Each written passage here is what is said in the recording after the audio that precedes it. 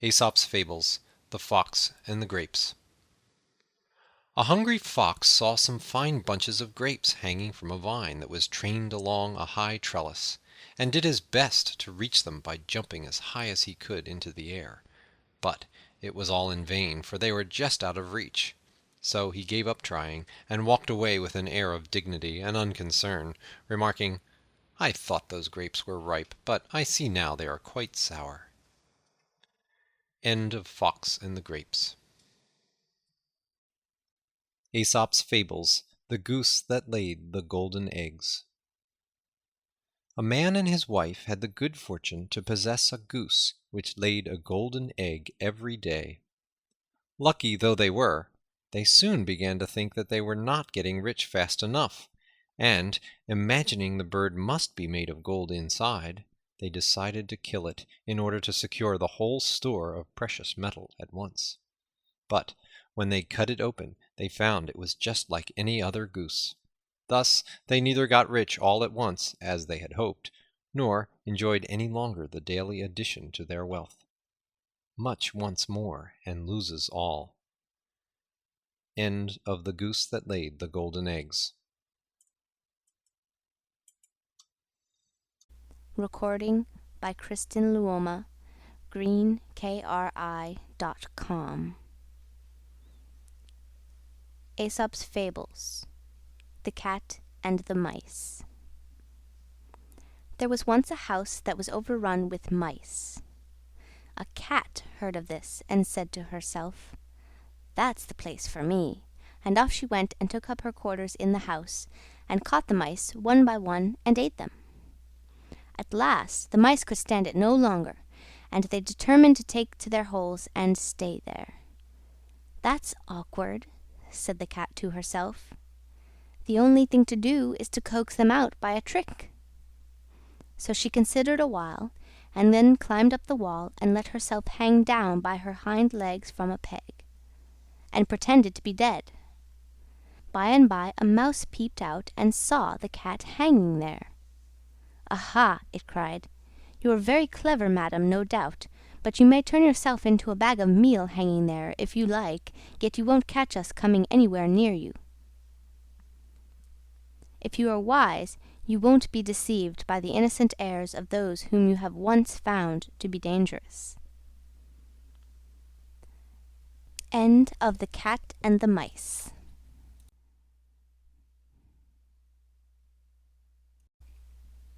Recording by Kristen Luoma, greenkri.com. Aesop's Fables, The Mischievous Dog. There was once a dog who used to snap at people and bite them without any provocation, and who was a great nuisance to everyone who came to his master's house. So his master fastened a bell round his neck to warn people of his presence. The dog was very proud of the bell, and strutted about tinkling it with immense satisfaction. But an old dog came up to him and said, "The fewer airs you give yourself, the better, my friend. You don't think, do you, that your bell was given you as a reward of merit? On the contrary, it is a badge of disgrace." Notoriety is often mistaken for fame. End of The Mischievous Dog.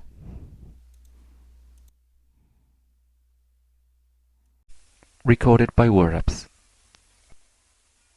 Aesop Fables, The Charcoal Burner and the Fulla. There was once a charcoal burner who lived and worked by himself.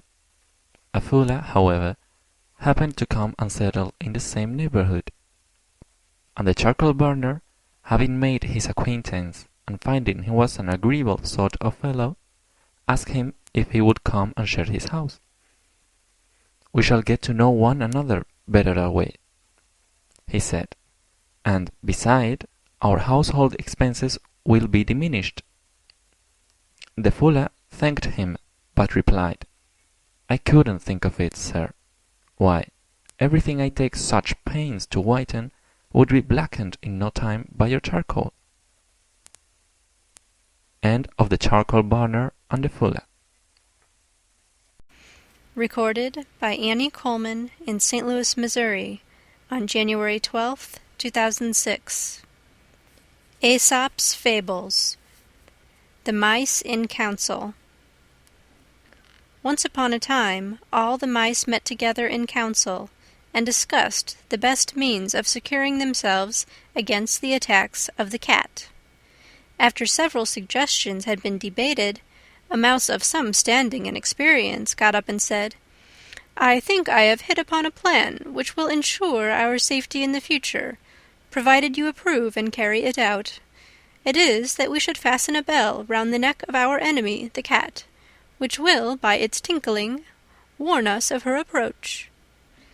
This proposal was warmly applauded, and it had been already decided to adopt it, when an old mouse got upon his feet and said, "I agree with you all that the plan before us is an admirable one, but may I ask, who is going to bell the cat?" End of The Mice in Council.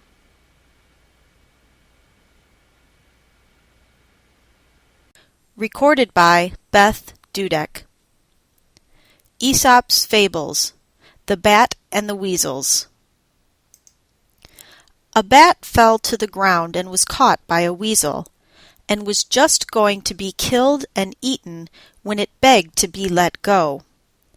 The weasel said he couldn't do that because he was an enemy of all birds on principle. "Oh, but," said the bat, "I'm not a bird at all. I'm a mouse." "So you are," said the weasel.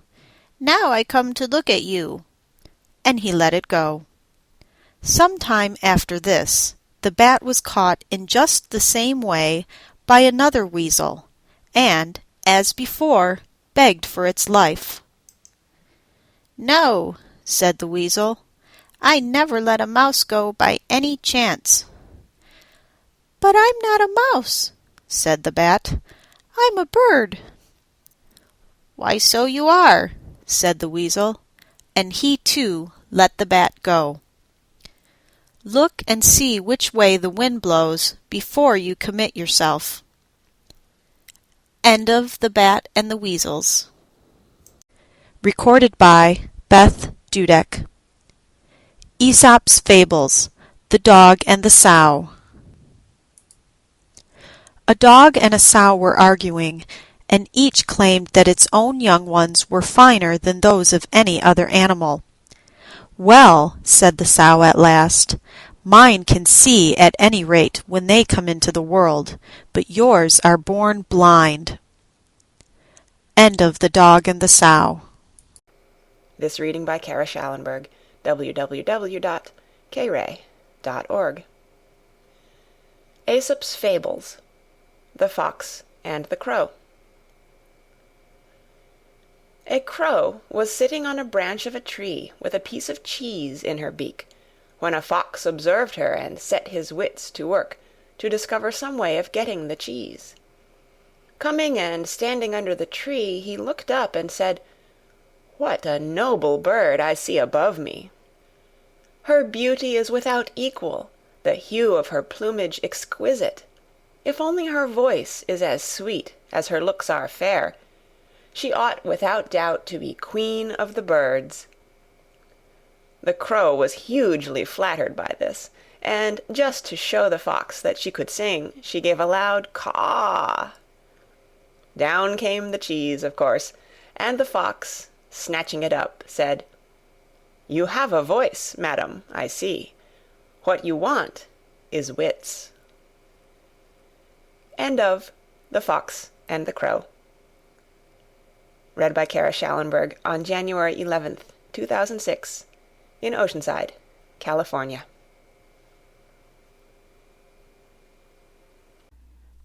Recording by Kristen Luoma, greenkri.com. Aesop's Fables. The Horse and the Groom. There was once a groom who used to spend long hours clipping and combing the horse of which he had charge, but who daily stole a portion of his allowance of oats, and sold it for his own profit. The horse gradually got into worse and worse condition, and at last cried to the groom, "If you really want me to look sleek and well, you must comb me less and feed me more." End of The Horse and the Groom.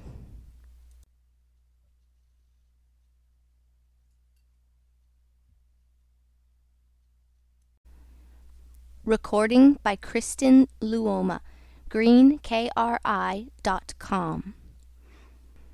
Aesop's Fables. The Wolf and the Lamb. A wolf came upon a lamb straying from the flock, and felt some compunction about taking the life of so helpless a creature without some plausible excuse. So he cast about for a grievance, and said at last, "Last year, sirrah, you grossly insulted me." "That is impossible, sir," bleated the lamb, "for I wasn't born then." "Well," retorted the wolf, "you feed in my pastures." "That cannot be," replied the lamb, "for I have never yet tasted grass." "You drink from my spring, then," continued the wolf. "Indeed, sir," said the poor lamb, "I have never yet drunk anything but my mother's milk." "Well, anyhow," said the wolf, "I'm not going without my dinner," and he sprang upon the lamb and devoured it without more ado. End of The Wolf and the Lamb.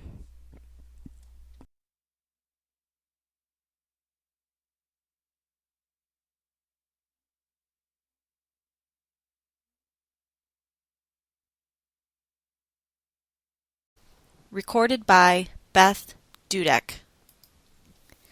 Aesop's Fables. The Peacock and the Crane. A peacock taunted a crane with the dullness of her plumage. "Look at my brilliant colors," said she, "and see how much finer they are than your poor feathers." "I am not denying," replied the crane, "that yours are far gayer than mine.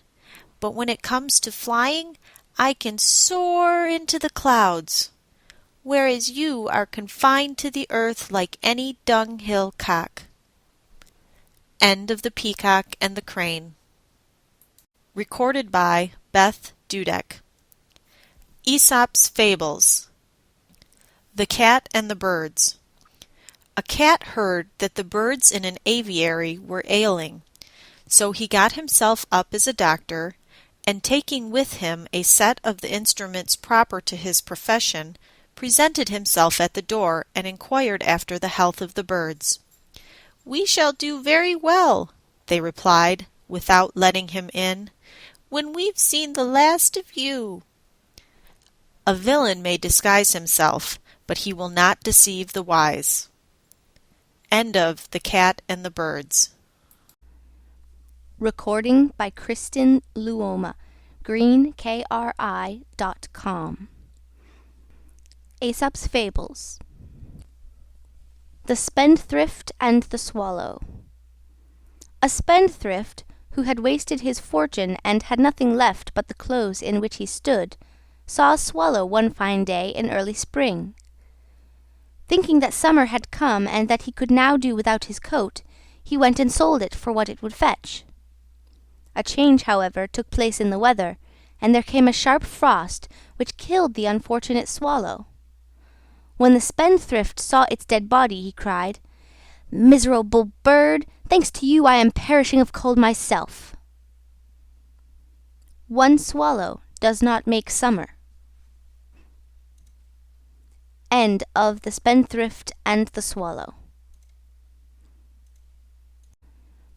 Recording by Kristen Luoma, greenkri.com.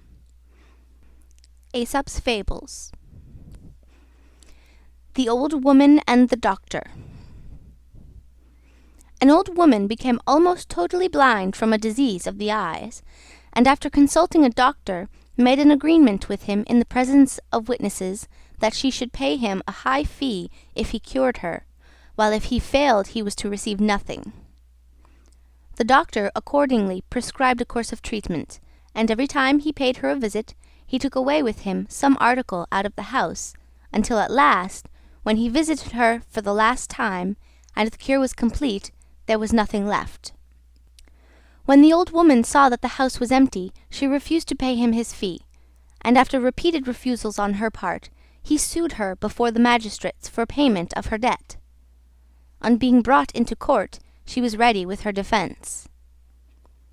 "The claimant," said she, "has stated the facts about our agreement correctly. I undertook to pay him a fee if he cured me, and he, on his part, promised to charge nothing if he failed. Now he says I am cured, but I say that I am blinder than ever, and I can prove what I say. When my eyes were bad, I could at any rate see well enough to be aware that my house contained a certain amount of furniture and other things. But now, when according to him I am cured, I am entirely unable to see anything there at all." End of The Old Woman and the Doctor.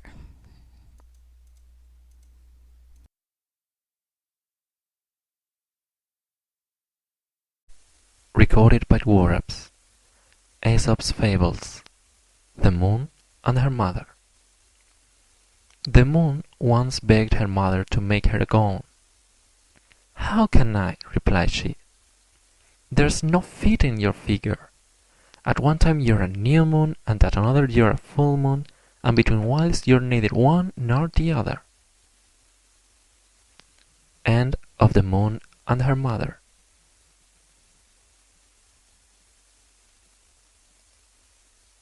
Recorded by Annie Coleman in St. Louis, Missouri, on January 12, 2006. Aesop's Fables. Mercury and the Woodman. A woodman was felling a tree on the bank of a river, when his axe, glancing off the trunk, flew out of his hands and fell into the water. As he stood by the water's edge, lamenting his loss, Mercury appeared and asked him the reason for his grief, and on learning what had happened, out of pity for his distress, he dived into the river and, bringing up a golden axe, asked him if that was the one he had lost. The woodman replied that it was not, and Mercury then dived a second time, and, bringing up a silver axe, asked if that was his. "No, that is not mine either," said the woodman. Once more Mercury dived into the river and brought up the missing axe. The woodman was overjoyed at recovering his property, and thanked his benefactor warmly, and the latter was so pleased with his honesty that he made him a present of the other 2 axes. When the woodman told the story to his companions, one of these was filled with envy of his good fortune, and determined to try his luck for himself. So he went and began to fell a tree at the edge of the river, and presently contrived to let his axe drop into the water. Mercury appeared as before, and, on learning that his axe had fallen in, he dived and brought up a golden axe, as he had done on the previous occasion. Without waiting to be asked whether it was his or not, the fellow cried, "That's mine! That's mine!" and stretched out his hand eagerly for the prize. But Mercury was so disgusted at his dishonesty that he not only declined to give him the golden axe, but also refused to recover for him the one he had let fall into the stream. Honesty is the best policy. End of Mercury and the Woodman. Recorded by Annie Coleman in St. Louis, Missouri, on January 13th, 2006. Aesop's Fables. The Ass, the Fox, and the Lion. An ass and a fox went into partnership and sallied out to forage for food together. They hadn't gone far before they saw a lion coming their way, at which they were both dreadfully frightened.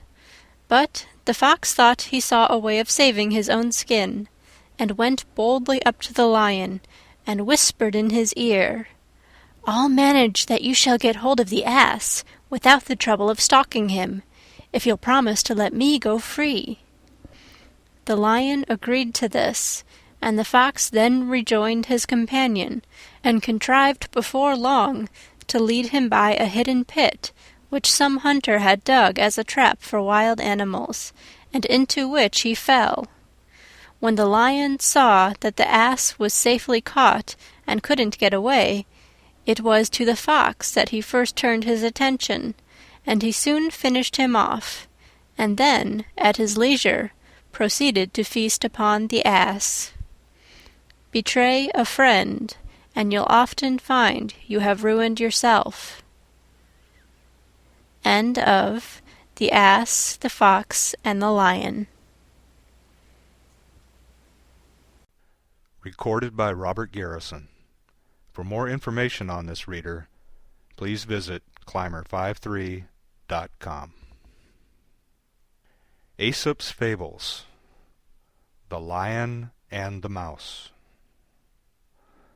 A lion asleep in his lair was waked up by a mouse running over his face. Losing his temper, he seized it with his paw and was about to kill it. The mouse, terrified, piteously entreated him to spare its life.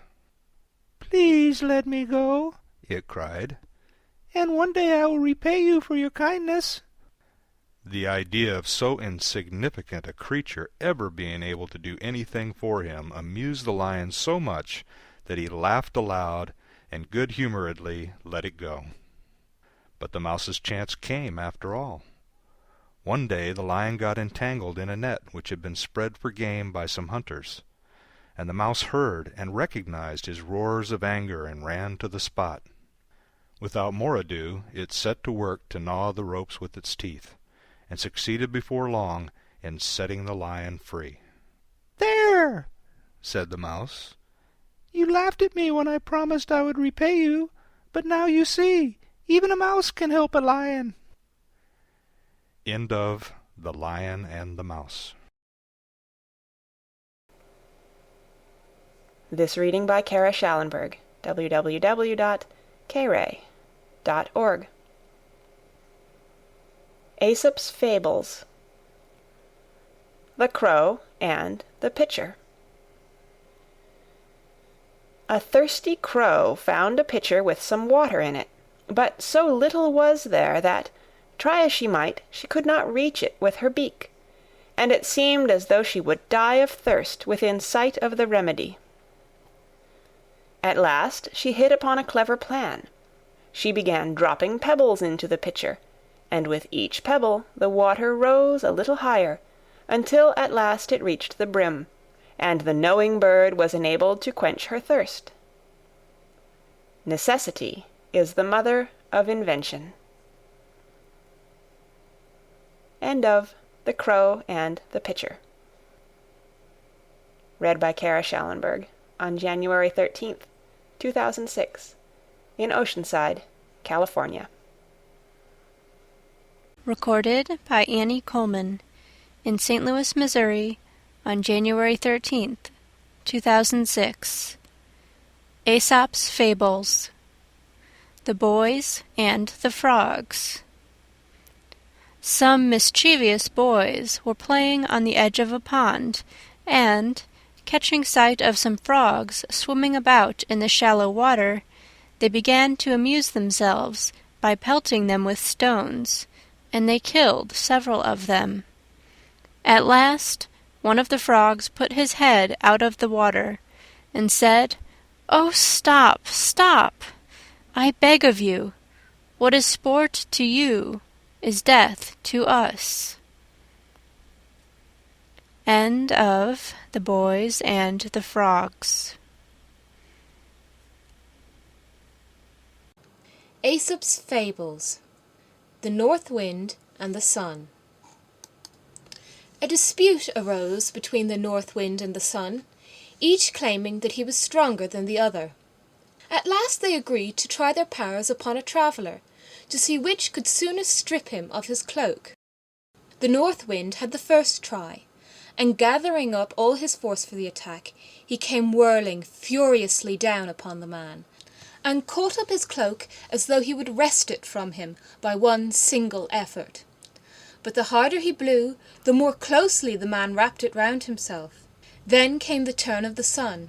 At first he beamed gently upon the traveller, who soon unclasped his cloak and walked on with it hanging loosely about his shoulders. Then he shone forth in his full strength, and the man, before he had gone many steps, was glad to throw his cloak right off and complete his journey more lightly clad. Persuasion is better than force. End of The North Wind and the Sun. Aesop's Fables. The Mistress and Her Servants. A widow, thrifty and industrious, had 2 servants whom she kept pretty hard at work. They were not allowed to lie long abed in the mornings, but the old lady had them up and doing as soon as the cock crew. They disliked intensely having to get up at such an hour, especially in the winter time. And they thought that if it were not for the cock waking up their mistress so horribly early, they could sleep longer. So they caught it and wrung its neck. But they weren't prepared for the consequences. For what happened was that their mistress, not hearing the cock crow as usual, waked them up earlier than ever and set them to work in the middle of the night. End of The Mistress and Her Servants. Aesop's Fables. The Goods and the Ills. There was a time in the youth of the world when goods and ills entered equally into the concerns of men, so that the goods did not prevail to make them altogether blessed, nor the ills to make them wholly miserable. But owing to the foolishness of mankind, the ills multiplied greatly in number and increased in strength, until it seemed as though they would deprive the goods of all share in human affairs, and banish them from the earth. The latter, therefore, betook themselves to heaven, and complained to Jupiter of the treatment they had received, at the same time praying to him to grant them protection from the ills, and to advise them concerning the manner of their intercourse with men. Jupiter granted their request for protection, and decreed that for the future they should not go among men openly in a body, and so be liable to attack from the hostile ills, but singly and unobserved, and at infrequent and unexpected intervals. Hence it is that the earth is full of ills, for they come and go as they please, and are never far away, while goods, alas, come one by one only, and have to travel all the way from heaven, so that they are very seldom seen. End of The Goods and the Ills.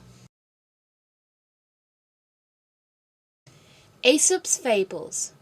The Hares and the Frogs. The hares once gathered together and lamented the unhappiness of their lot, exposed as they were to dangers on all sides and lacking the strength and the courage to hold their own. Men, dogs, birds, and beasts of prey were all their enemies, and killed and devoured them daily. And sooner than endure such persecution any longer, they one and all determined to end their miserable lives. Thus resolved and desperate, they rushed in a body towards a neighbouring pool, intending to drown themselves. On the bank were sitting a number of frogs, who, when they heard the noise of the hares as they ran, with one accord leaped into the water and hid themselves in the depths. Then one of the older hares, who was wiser than the rest, cried out to his companions, "Stop, my friends! Take heart! Don't let us destroy ourselves after all. See, here are creatures who are afraid of us, and who must, therefore, be still more timid than ourselves." End of The Hares and the Frogs.